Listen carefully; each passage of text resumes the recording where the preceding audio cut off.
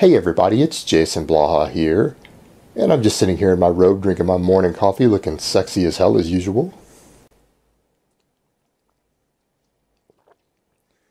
And for those of you who say I don't look sexy as hell when I do these videos in my robe, nobody cares what you think. I didn't ask you shit. Now, I watched the interview over a week ago with Ross Erskine and Ian McCarthy, or listened to it I should say, sorry I'm still waking up. And while I really enjoyed the interview, I thought it was very well done and it was surprisingly good. A topic got raised in that interview, and I thought it was an interesting topic for Ian to raise given that he is an intellectual and a philosopher. And I know Ross happens to be a vegetarian, and a lot of you may or may not know that I'm a vegetarian, almost vegan. The only reason I'm not fully vegan is because one of the meat substitutes I eat has free-range egg whites in it. And I don't eat it every day. But that means I'm not a vegan. And they raised a point, and this is a point I've had people raise in comments, and it's something I want to address for a minute.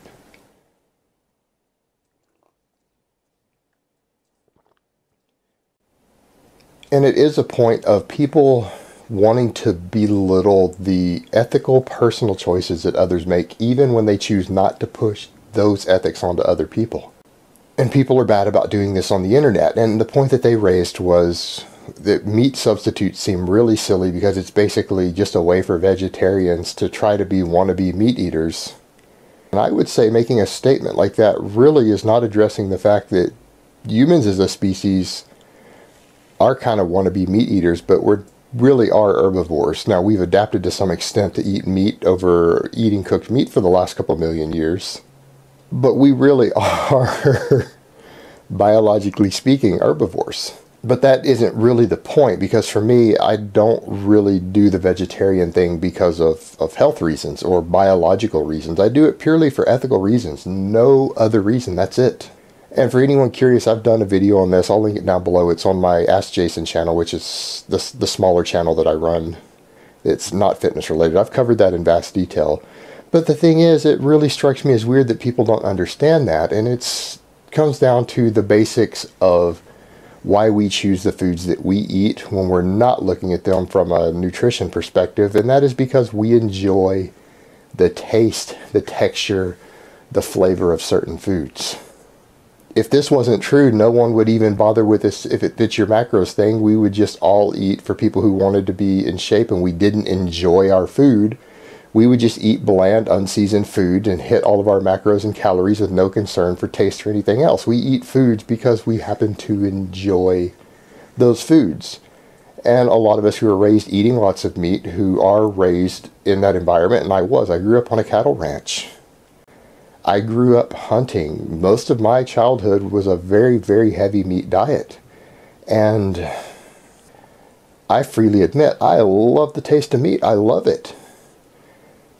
But I have an ethical situation that does not allow me personally to eat a dead animal. And so for me, what I do is I eat meat substitutes, ones that happen to taste good that I like, and I eat those because they fill a role in my diet. And that role is not just one of getting some extra protein in, because they tend to be very high protein, although they're very high fiber protein sources, is that I have found ones that taste close enough to the real deal that I meet that need that I have to enjoy that taste and the texture of meat, and it feels like I'm eating meat. So I get to enjoy that thing that I enjoy from a flavor perspective, but I do so without the ethical ramifications that I personally can't live with. And so it does seem weird to me that someone can't understand that, when to me it makes perfect sense. And someone says, well, if you enjoy eating meat, then just eat meat. And I would say, well, if you enjoy raping women, just go rape a woman. I mean, it fucking feels good, right? And most people, the majority, I would hope of you, would say, well, no, because that feels ethically wrong to me. I would rather just go masturbate and get the same pleasure than I would to go rape somebody, or at least find some sort of consensual sex. I ethically couldn't do that. It's wrong. There you have it. It's the exact same thing for someone who's a vegetarian or a vegan who does happen to enjoy the taste of meat, but they feel that it is ethically and morally wrong for an animal to have to be butchered and killed for them to enjoy that. So guys, it's a really simple thing, and it shocks me that people don't understand that. And I would go so far as to say that since we actually have today meat substitutes that really do taste like you're eating meat, that if the only reason you eat meat is because of the taste of it, and you do have some ethical hangups about it, and you choose not to go vegetarian, it's kind of silly when you have that option available. It allows you to get that same taste, and that's the reason most of us eat meat, is we like the way it tastes. So since the other side of the coin is not being presented here, because I've seen this raised online a few times by some very prominent members of the community, and again, examples like Ross and Ian, that I just felt like someone needed to address the other side of the coin there and explain why people actually do this and why these products are so popular. There's a very good logical reason for it.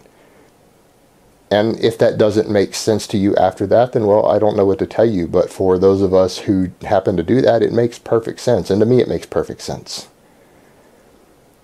And I think that the rape analogy I gave is a very accurate analogy. And for someone who says that belittles rape, I would say, well, no, I would say that rape is probably not as bad as what we do to animals.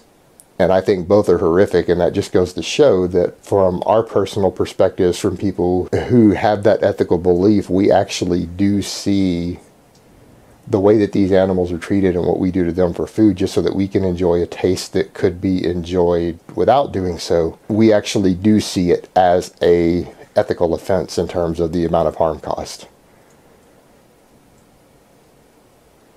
Alright guys, so that's really all I have to say on that today. I hope it has been informative, and I will talk to you guys next time.